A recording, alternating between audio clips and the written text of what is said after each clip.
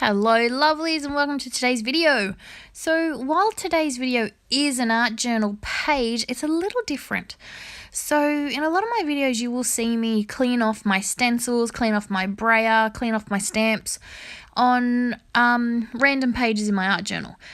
And I thought I would show you a video of what I do with a page or two of those kind of pages. So these are just random pages in my journal that I have scraped off extra paint, cleaned off my brayer, cleaned off my stencil, and yeah, I thought I'd show you how I turn them into art journal pages.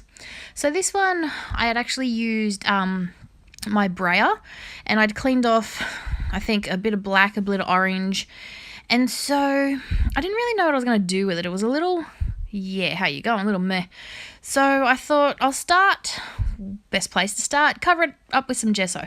So I grabbed some gesso and not the whole thing, I just sort of smushed it around with my hand. I didn't actually record that part because I thought, oh, this would be a good idea. And then once that was dry, I brought in some other colours. So I brought in some purple because I thought it would contrast nicely, and I'm trying to use different colours. And I used my hands again, and then because you could still see some of the black from that brayer that I'd used to clean it off on the page originally, I thought I'd bring in some more black. So the white wasn't really doing it for me, it just helped to sort of blend the colours together. And that's what I find gesso works really well for. It works in a really good way to blend your layers and colours together. So if you've got like lots of bold sections, like in this case, I really wish I had taken a picture before I had started covering it, because you could clearly see I'd used very little paint, and you could clearly see I'd cleaned my brayer off. And just by adding some of that gesso in a few areas, it just sort of helped blend a bit of that into the background, if that makes sense, sort of mask the fact that I had just cleaned off my brayer. And then I got some black, and I was going to use some black gesso, and I was going to use just a spatula. I think I do in a few areas, but then I also thought of using the edge of my brayer. So I couldn't find my small brayer. I have a little brayer, and I wanted to use that, but I couldn't find it, so I used my big brayer. But instead of using the whole thing, so I'd end up with like a 6-inch edge, I just used the sides of it, so I ended up with these little pieces, if that makes sense. And yeah, I really liked how that went in making a background. I really like how that background came together. And that was literally just throwing down some paint and using some gesso. And then because I was getting a Halloween vibe from this, because of the purple and the orange and the black, I went through some of my pre-stamped images that I have. I have this little folder full of all stamped images that I have that I've already pre-stamped. And yeah, I found this skull, and I added it to a Dina Wakley stamp, so I've just replaced the head. I'm all about mismatching at the moment. Yeah, cutting up and collaging different things together, and I really wanted to go with the skull because I thought it worked with the Halloween vibe, and so did this little spider up the top there. So then, finally, a chance to use my Tim Holtz Occasions Small Talk book and use the Halloween little phrase. And I think this is if the broom fits, then write it. And then most of the time, I leave my stamped images white in this respect because, I don't know, I just do, but I didn't like it. So I wanted to add a little bit of colour to it, but I didn't want to colour the skeleton or the skull in, and I didn't want to colour the body, so I just coloured the hat. It's my art journal, I can do what I like. So literally I just got some of my scribble sticks, bit of night, bit of black, and that's all I did. So, and then I put some splatters on the hat, because I could. I had excess pigment and I didn't want it to go to waste. So yeah, this is just a really quick page. It's filling in those pages in the art journal. So you see I do this a lot.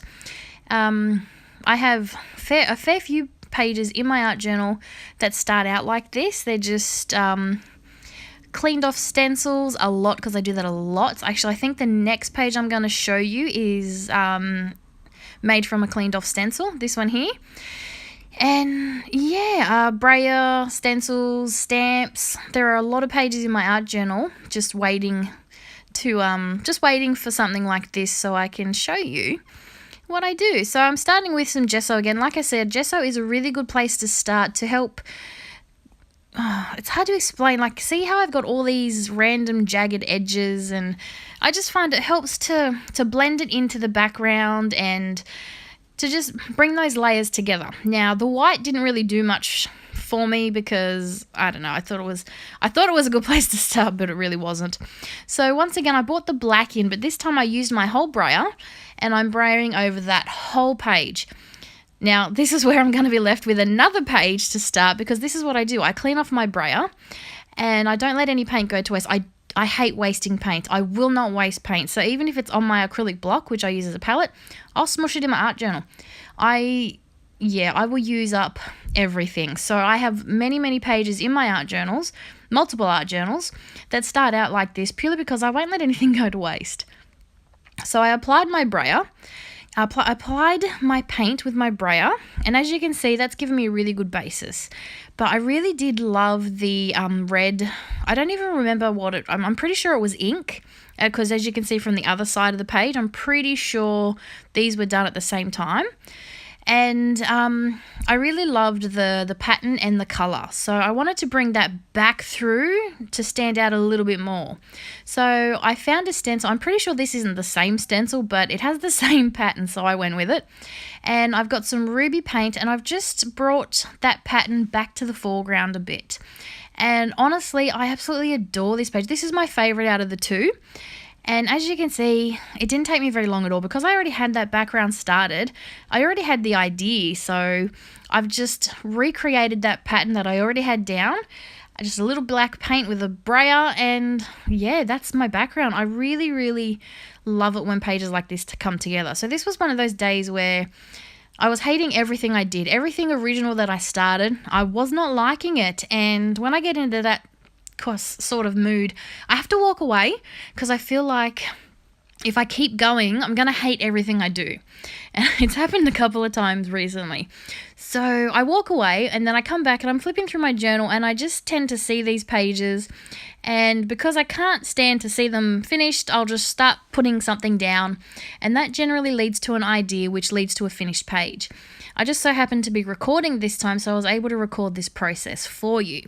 So you could see exactly how I go from what you get on the right hand side to what ends up on the left. So as you can see, just a cleaned off stencil, and then yeah, I get a complete page. So this was another one of those stamped images. Actually, this was printed off the internet. I loved it so much. I love the drawings from Alice in Wonderland. So I love the original drawings, and this, I think it was a Google search, and it popped up, and it's a pocket watch. But if you have a look, when I stick it down, the numbers are back to front and going the wrong way.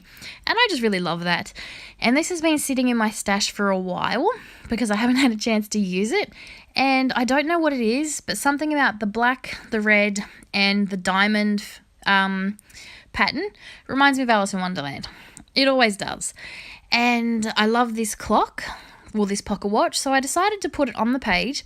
And then I'm going to use my wooden alphabet stamps, and I'm going to stamp TikTok because, you know, I'm so original. But honestly, I just love this page. I love it's simple. It was easy, but I love it. It's one of my most favorite in this journal so far. So I'm attacking this image with a glue stick. Yes, a glue stick. Generally, I use gel medium, but I'm running very low on it, and I wasn't in the mood to play with a wet glue. Don't ask me why, it was just one of those days. So I just attacked the crap out of this image with a glue stick. It would have been easier to use my gel medium, but I just kept going with the glue stick. Good old glue stick. And then I just wanted to do some line work. I just wanted to detail and add some lines to some of those diamond patterns. I love the black and the red. I love bold, bright colours with black. It's just so, like purple, green, orange, things like that. But red and black are just one of my favourites. So I just loved going around these diamond patterns with my black pen. Oh yes, more wet glue. I decided to use a craft knife and cut out the inside of the string on the pocket watch, so it left me with very fiddly little pieces, so I had to make sure they were glued down properly. And then I'm getting out, because I just wanted to add something to this pocket watch to make it pop a bit, I've decided to get my Stabilo All pencil and just draw around it a bit, but they're both blunt and for some reason I can't find a sharpener. A sharpener is something I always tend to lose. Personally, I think Will steals them. I don't know, but no matter how many times I put a sharpener on my desk, I lose them. So I did the good old artist technique and I just use my craft knife to expose some of the lead. But yeah, anyway, back to my art page. So I'm just using an offcut of paper because if it's on my desk, I'm going to use it. I'm not going to go looking for cardstock. I've got copy paper, I'm going to use it. And then I'm getting out my favorite wooden stamps. Now I have 3 sets of these. They sit on my desk because I just love using them to do titles and things. And they're just little wooden stamps. And as you can see, if you're not careful, you'll get an imprint of the entire stamp, so the square part as well.